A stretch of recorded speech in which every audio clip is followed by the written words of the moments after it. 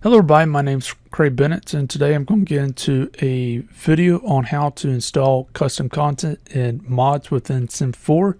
So as far as this goes, any links I show or anything like that, I will link it down below so you can feel free to check it out. But keep in mind there's probably hundreds of sites that has custom content and whatnot. So feel free to check those out, but keep in mind that you might be paying for something that's in some of those sites that's free in other places like here. And also on top of that, on some of the other sites, you might be downloading something extra. I found these particular sites I'm going to show you, they're pretty safe, so I won't really worry too much about it. But also, as far as this goes, I want to mention that you need to have your Sims 4 turn off.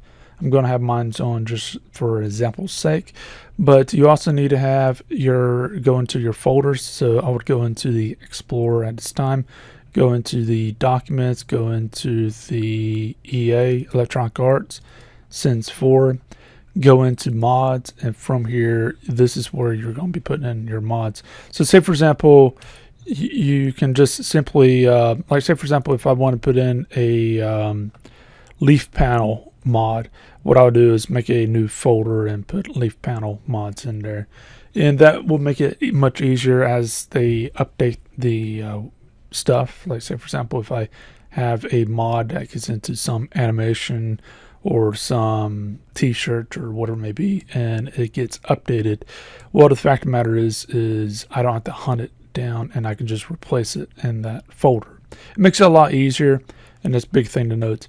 Also, another thing to note is something that you might want to do is have a text file, where I got a text file right here, and just leave the mod name, or at least the folder name, and also the link to the mod. On most of these, you can save as far as subscribe to the mod itself, so you get notified whenever a new mod is updated. But the fact of the matter is that text file also can be a massive help to you. So as far as that goes, let's talk about this. And thing to keep in note is don't make subfolders on top of subfolders on top of subfolders.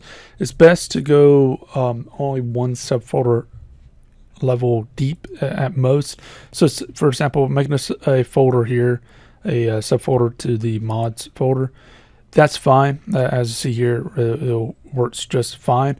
But the fact of the matter is going much further than that, your game might not even be able to see it at all. So it's best to not go too deep into that.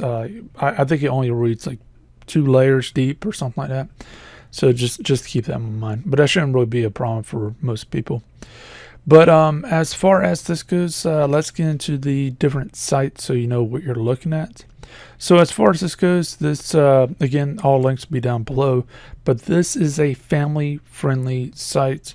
The worst you're probably going to see on here is maybe the uncensor thing that removes the pixelated mess. And in all reality, if you want to know what a sim looks like without the pixelation, just look at a Barbie. That's basically what it looks like. Because the fact of the matter is the developers at EA aren't obviously going to waste their time developing something that can get them fired. So note that you're just going to get something that without the pixelation and whatever. In taking away the pixelation, it may help out in role-playing aspects, because the pixelation part is very annoying into itself, even if you're not trying to see anything. So as far as that goes, what I advise is going through here and going through any of these, look at the comments, see if anyone's complaining about it being broken. And if people are complaining about being broken, look at the dates and stuff, see if it's any new complaints about it. And if so, then you know that it probably won't work on yours, but if not, then it probably will work just fine. So as far as that goes, just note down on that one.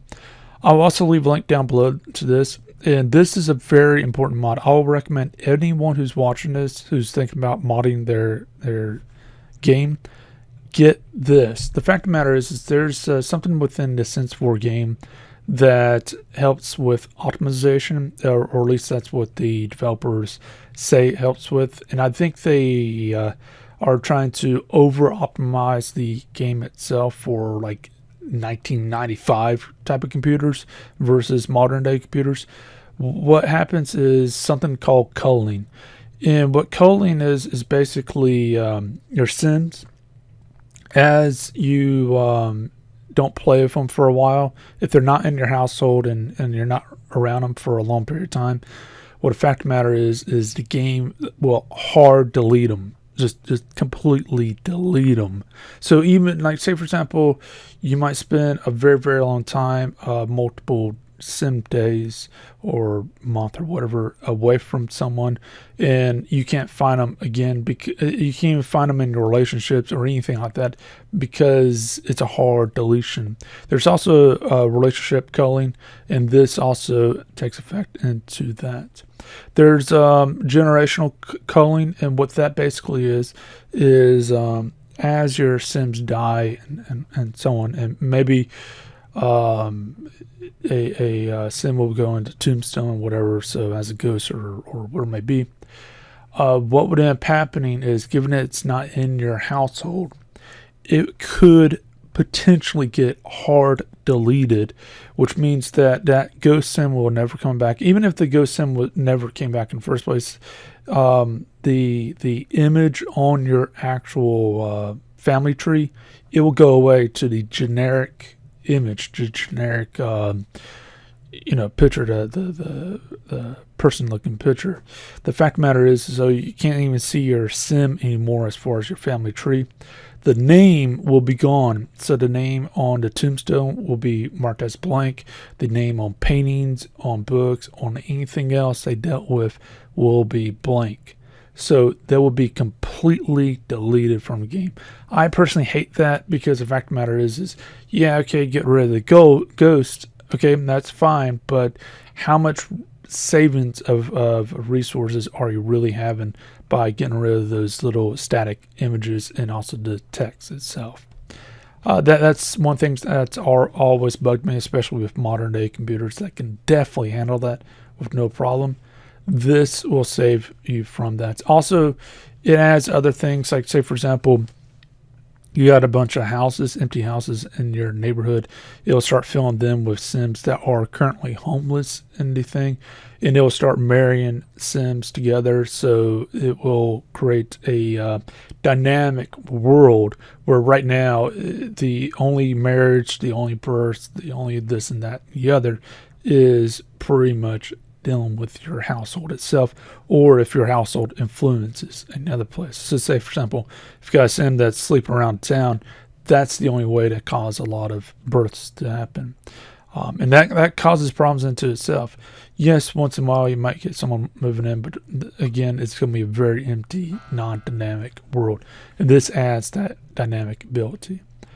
I just wanted to mention that and be very thorough about that, because this is a very important mod. So lastly, we have Lubbers Lab, and what Lubbers Lab is, it's not family friendly. Let's just put it that way. It's it's one of those things that it's porn. So it can be considered that. There's also a few other things on here, but it's not family friendly.